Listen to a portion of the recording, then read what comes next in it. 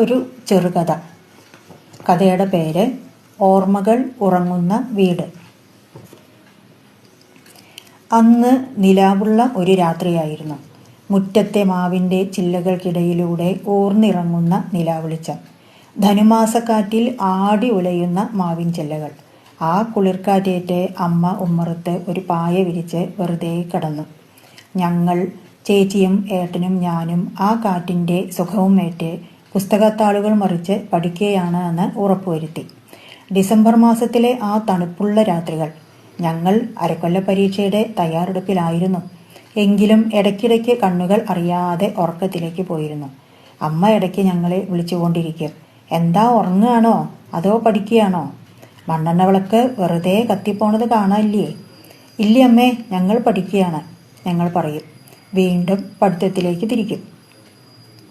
മൂത്ത 2 ചേച്ചിമാരുടെയും മാരേജ് കഴിഞ്ഞതുകൊണ്ട് അവർക്കിനി പഠിക്കണ്ടല്ലോ എന്നോർത്ത് ഞാൻ ഇടയ്ക്കിടയ്ക്ക് അതിനെക്കുറിച്ച് ചിന്തിക്കും.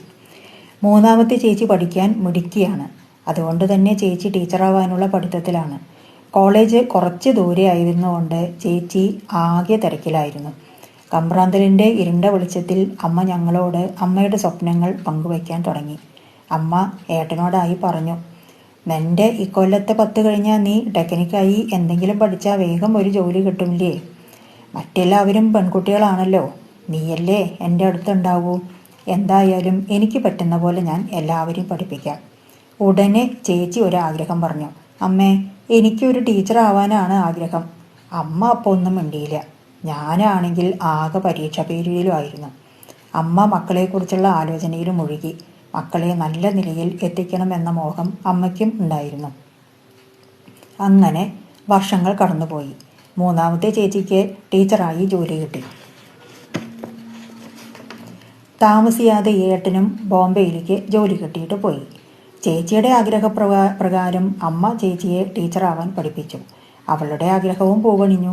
ഞാൻ ടെക്നിക്കൽ സ്കൂളിൽ പഠിച്ച് 10ാം ക്ലാസ് പാസ്സായി. ഇതിനിടയ്ക്ക് ഏട്ടൻ അടുത്തില്ലാത്തതിൻ്റെ വിഷമം അമ്മ പറഞ്ഞുകൊണ്ടേയിരുന്നു. എന്താച്ചാൽ ആകെ ഒരേ ഒരു മോനേ ഉള്ളൂ. വർഷങ്ങൾ അങ്ങനെ കഴിഞ്ഞു. 2 ചേച്ചിമാരുടെയും മാരേജും കഴിഞ്ഞു. അടുത്തത് ഏട്ടൻ്റെ കല്യാണാലോചനയും ആയിരുന്നു. അതും താമസിയാതെ നടന്നു. ഏട്ടൻ ഭാര്യയെയും കൊണ്ട് ബോംബെക്ക് തിരിച്ചുപോയി. ആ വീട്ടിൽ ഞാനും അമ്മയും തനിച്ചായി. അമ്മയുടെ വിഷമങ്ങൾ എന്നോട് പറഞ്ഞുകൊണ്ടേയിരുന്നു. ഒരു ദിവസം അമ്മ എന്നോട് പറഞ്ഞു, എടി, നീയും കൂടി പോയാൽ ഞാൻ ഈ വലിയ വീട്ടിൽ എങ്ങനെയാ ഒറ്റയ്ക്ക് കഴിയുക? ഇത് വിറ്റിട്ട് നമുക്ക് ഏതെങ്കിലും ഒരു മകളുടെ കൂടെ വീട് വെച്ച് താമസിച്ചാലോ എന്ന് വിചാരിക്കുകയാണ്. ഞാനൊന്നും മിണ്ടിയില്ല. എൻ്റെ മനസ്സിൽ ആ വീട് ഒരു സ്വർഗ്ഗമായിരുന്നു. ബന്ധുക്കളും അയൽക്കാരും എപ്പോഴും വന്നു പോയിക്കൊണ്ടിരുന്ന ഒരു വീടാണത്. കൂടാതെ അച്ഛൻ്റെ കരുതലും സ്നേഹവും മണവും ഒക്കെ ഉള്ളൊരു വീടാണ്. അമ്മ എന്നെ ഒന്ന് നോക്കി. എന്താ നിൻ്റെ അഭിപ്രായം? ഞാൻ എന്ത് പറയാനാ അമ്മേ, എനിക്ക് ഈ വീട്ടിൽ നിന്ന് പോകാനൊന്നും അത്ര വലിയ ഇഷ്ടമില്ല. അതിന് നീ എപ്പോഴും ഇവിടെ ഉണ്ടാവില്ലല്ലോ, നിനക്കും ആലോചനയൊക്കെ വരുന്നത് ഞാൻ പറഞ്ഞിട്ടില്ലേ? എന്നാൽ പിന്നെ അമ്മയുടെ ഇഷ്ടം പോലെ അമ്മ ചെയ്തോളൂ, ഞാൻ പറഞ്ഞു. അങ്ങനെ ആ വീട് വിൽക്കാൻ വേണ്ടി അമ്മ പരിശ്രമം തുടങ്ങി. എൻ്റെയും മാരേജ് ഉറപ്പിച്ചു. അപ്പോഴേക്കും അമ്മയ്ക്ക് ആദി കൂടി. അങ്ങനെ ഒരു ബ്രോക്കർ മുഖേന വീടിന് അഡ്വാൻസ് കൊടുത്തു. എനിക്ക് വലിയ സങ്കടമായി.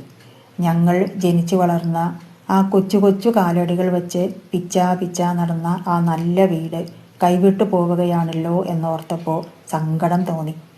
പാടവരമ്പത്തുകൂടി മഴയത്ത് കുടയും പിടിച്ച് നടന്നിരുന്ന ആ കാലം, വല്ലപ്പോഴും വരുന്ന ആ ബസ്സിനെ കാത്തു നിന്നിരുന്ന ആ കാലം, എല്ലാം ഒരു ഓർമ്മ മാത്രമായി.